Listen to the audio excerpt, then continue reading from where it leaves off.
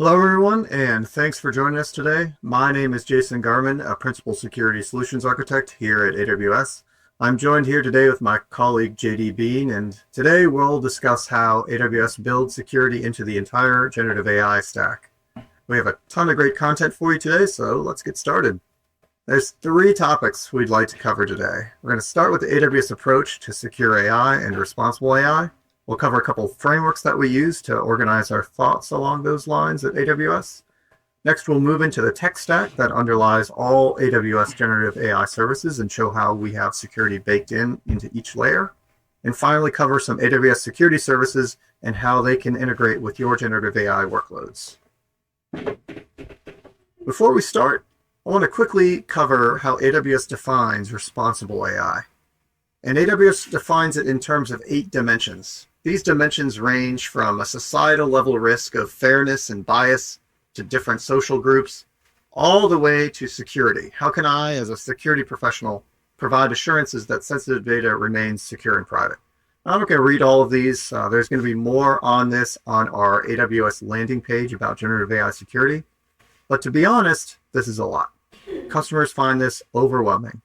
So to help customers make sense on how to address these, what we've done is we've tried to separate out responsible AI into 2 broad categories: safety and security. And I'll start with safety. Safety, you can think of, is preventing harmful output from the generative AI system. You want to encourage accurate and relevant responses, and you want to align with your brand voice. Well, how can you mitigate these risks? That comes with a lot of new tools and technologies. Today, these can be managed through services such as Bedrock guardrails, which we'll talk about in a couple of slides. But the idea here is you want to separate these out because current systems can only mitigate these risks probabilistically. You need to find the acceptable risk tolerance for safety, have testing methodologies in place, and measure and track that risk over time. Now, when it comes to security, this is where we'll focus most of our discussion today. Security is designing your systems so that you can prevent revealing insensitive or confidential information to unauthorized users. And the good news is we have a lot of existing experience with traditional security mechanisms that will transfer over very well here. The best practice is to use those deterministic, auditable, and explainable controls, and this means our risk tolerance for security can be calibrated appropriately. We can put a high bar for security for our generative AI applications. We'll see more details on how to integrate traditional security controls into generative AI applications later in this presentation. First, let's take a look at our generative AI security scoping matrix. We use this matrix as another useful model to evaluate what security considerations are in scope given a use case. We're not going to go in depth today on this topic. We'll share a link to this at the end of the presentation for more information. But just know that depending on your use case, there are several different security dimensions you should consider. Things such as governance and compliance, legal and privacy, risk management, controls, and resilience. And these are going to be part of your thinking as you're developing and deploying these generative AI applications. And the exact questions that you want to ask in each one of these categories will depend on what scope of generative AI application you're looking to deploy or to buy. So let's go ahead and go on to the next part of our presentation and look at the generative AI stack here at AWS. We've organized our generative AI offerings into a tech stack. When thinking about this from a security perspective, what we've done is we've integrated security at each layer. We'll go from the bottom up, starting at the infrastructure layer. And to go into more detail on how AWS builds security into the AI infrastructure, I'll invite my colleague JD Bean, who will talk about how AWS builds security into the foundational services that make up the generative AI stack. JD? Thanks, Jason. So, as Jason mentioned, right, the foundational layer of AI, generative AI security at AWS really starts at the infrastructure layer. That's where we deal with things like as foundational as Amazon's Elastic Compute Service, our virtual machine service for running general purpose computation, as well as special purpose GPU accelerators, high-speed network, inference chips, and of course, our Amazon EC2 Ultra clusters and Amazon SageMaker AI features.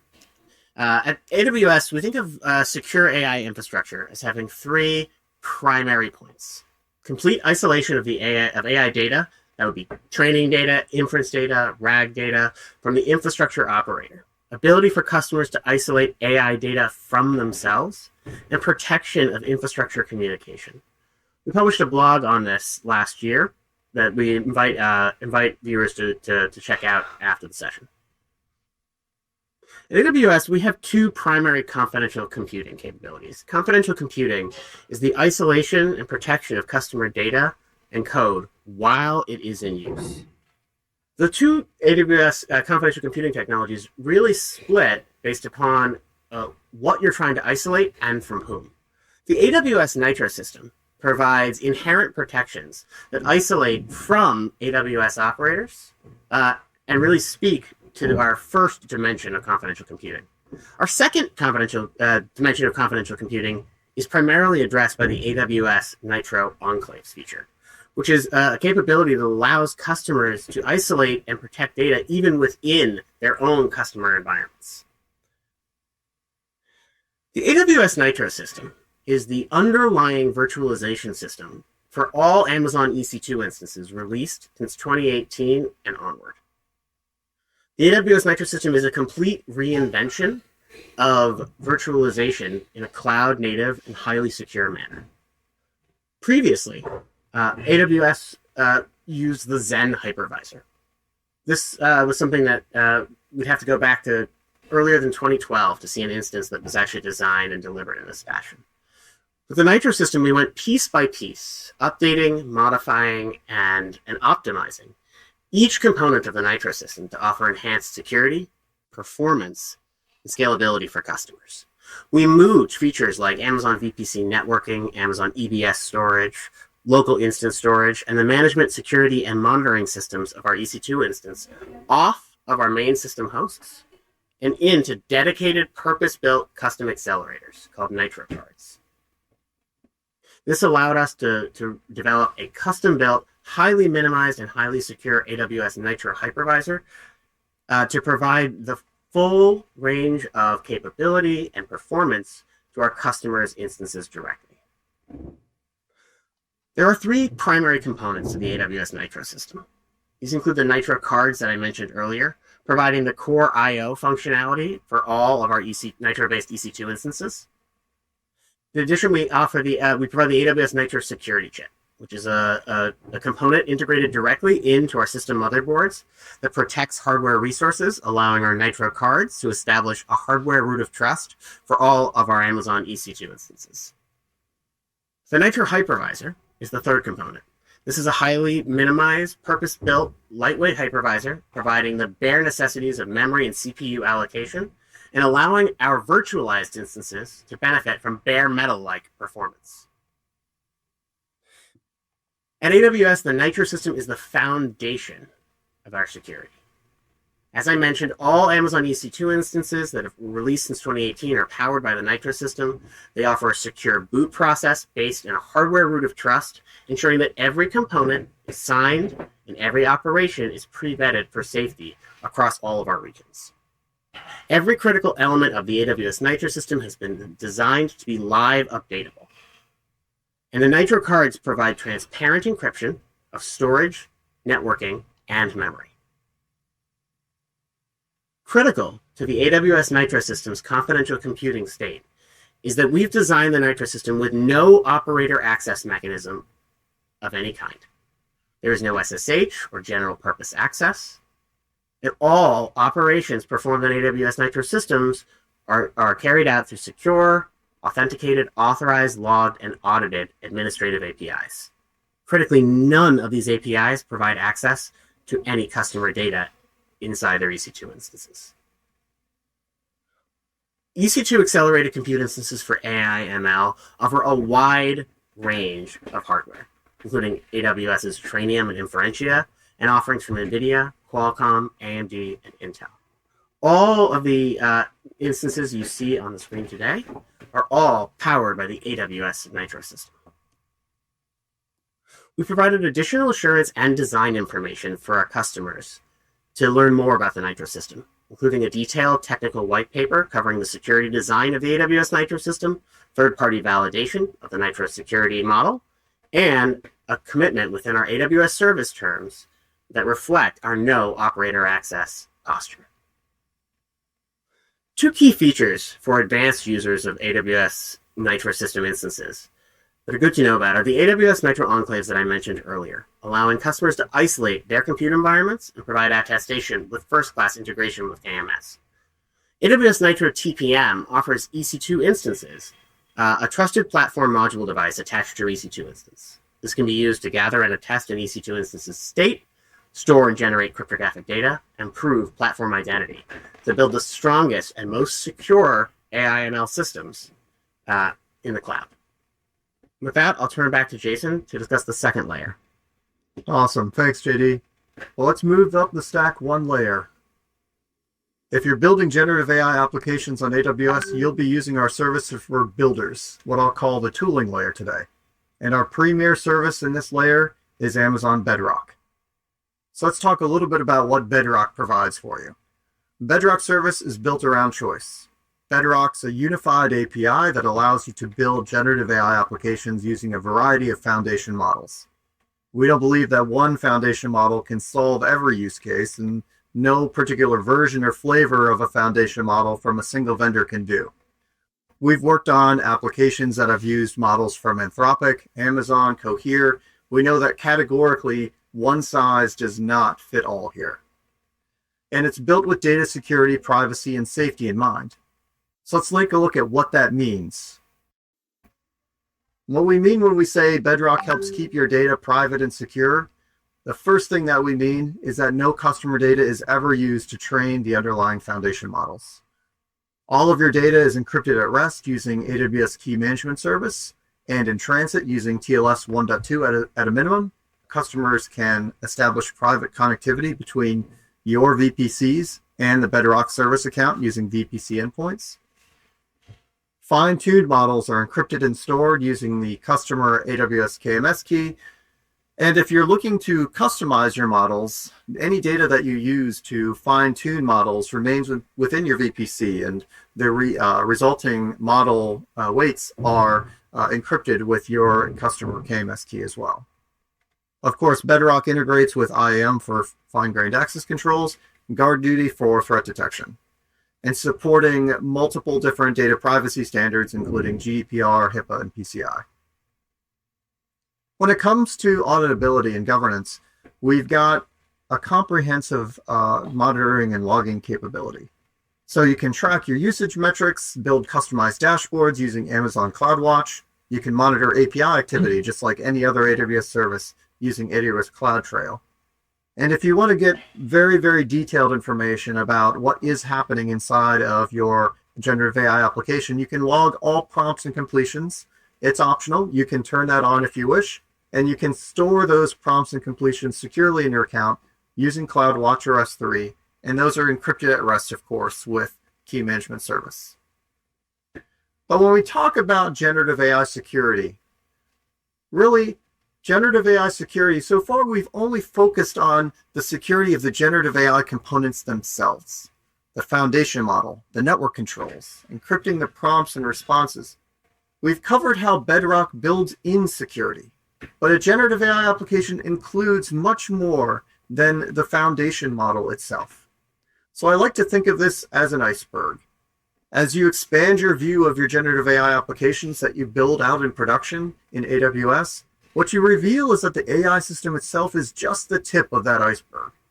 Much of the value of generative AI workloads for business use cases comes from the integration of your data with foundation models. Any production generative AI application will probably include some mechanism to access private or proprietary data. So the question is then, how do you manage access to your data to keep it private and secure? Well, let's take a look at that. There's three main patterns that we see our customers use when adopting generative AI in their workloads on AWS. These three techniques: retrieval augmented generation, or RAG, AI agents, and model customization. We'll start with RAG. These, if you're using RAG, you integrate with existing data sources. You're extracting relevant context from those data sources And you're augmenting the user's prompt with that data before you send it into the large language model or the foundation model for inference. And you're using existing foundation models. When you use RAG, you don't need to fine tune or change the model. You can use an existing one already available off the shelf.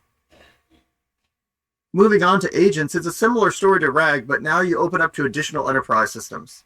You can use APIs. You can interface those APIs with your generative AI application so that you can now take actions or query real-time data based on a user's query.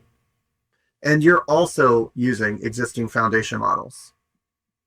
And finally, with model customization, Bedrock, of course, supports secure customization through fine-tuning or continued pre-training.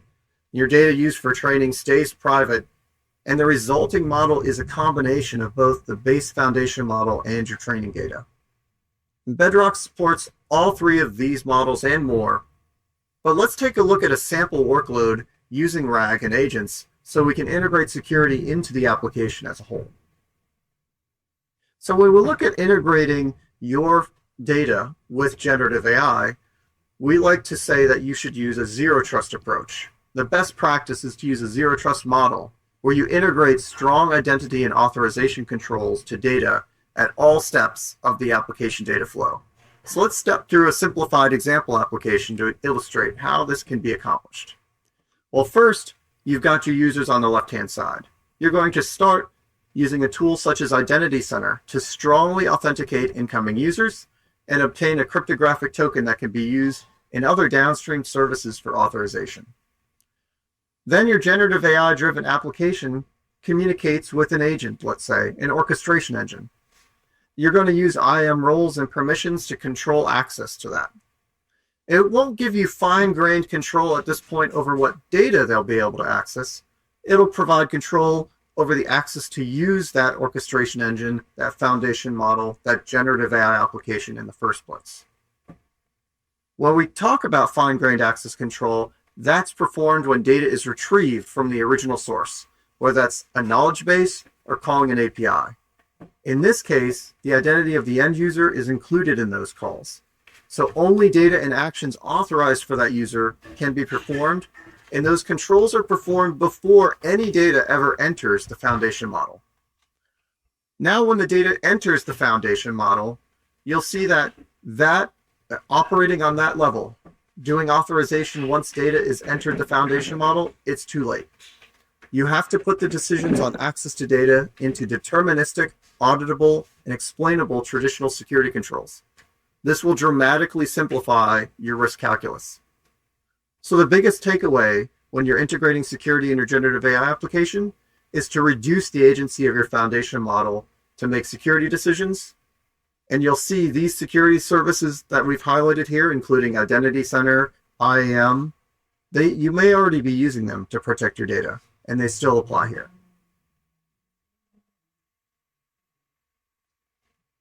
Now, we've talked a lot about security. Let's quickly cover safety. I think about guardrails as your go-to tool for safety. You can define guardrails to help reduce the chance of prompt injections or jailbreaks, define denied topics, filter harmful content, redact personally identifiable information before it enters the AI system, and reduce the chance of hallucinations by measuring the response's relevance and groundedness. And guardrails are built into Bedrock. You can use them anytime you call Bedrock, and you can use guardrails with any foundation model, even if you're not using Bedrock. You can call guardrails via an API to evaluate a prompt or response against your guardrail rules. And there's a couple of new announcements that came out at reInvent. Two new announcements. I'll start with Amazon Bedrock Automated Reasoning Checks. It brings the power of mathematical proofs to generative AI. Automated Reasoning Check takes a series of facts that you'd like the generative AI system to evaluate on its response, and then it takes those facts and encodes them into mathematical statements. And when you enable Automated Reasoning Checks, it'll apply those mathematical statements as proofs against every output generated by the LLM using formal verification techniques. This provides additional assurances that the LLM is providing accurate responses and can help with transparency and explainability by providing supporting evidence for its answers. Second announcement is multimodal toxicity detection. So we're moving into an era where you are using large language models and foundation models, not just for text. And so now Bedrock Guardrails has the ability to filter out harmful content in images as well. Both of these features are currently in preview.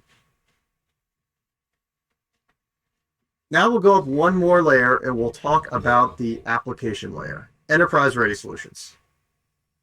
So at this layer, we have Amazon Q, and there's several different Amazon Qs that are available to you. We've got Amazon Q Business, Amazon Q Developer, Amazon Q QuickSight, Amazon Q and Connect, and several others. Basically what these are pre-built generative AI applications that you can use by plugging in your enterprise data with little to no code. We're going to take a quick look at Amazon Q Business and how it builds security in. So let's give a quick overview of what Q Business is to start. Q Business delivers quick, accurate, and relevant answers to business questions securely and privately. It provides you a chatbot style interface to any of your business data sources.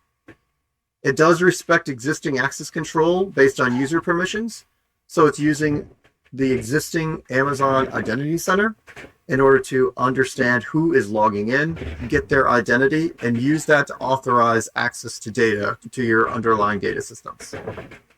And it connects to over 40 popular enterprise applications and document repositories with built-in connectors, including Google Drive, Microsoft 365, Salesforce, and more. And allows you to easily apply guardrails to customize and control your responses. But how does Q build in that data privacy and governance? Well, let's take a look at that. So just like within Bedrock, you're always in control of your data. So Q Business uses pre-trained machine learning models, and customer data is never used for training, fine-tuning, or improving those machine learning models. Q Business is a regional service, so your data is always stored in the region where the Q Business application is created. And of course, in transit, customer data is always encrypted in transit with a minimum of TLS 1.2, and Q Business encrypts your data at rest, again using the AWS Key Management Service. One of my favorite features of Q is custom plugins.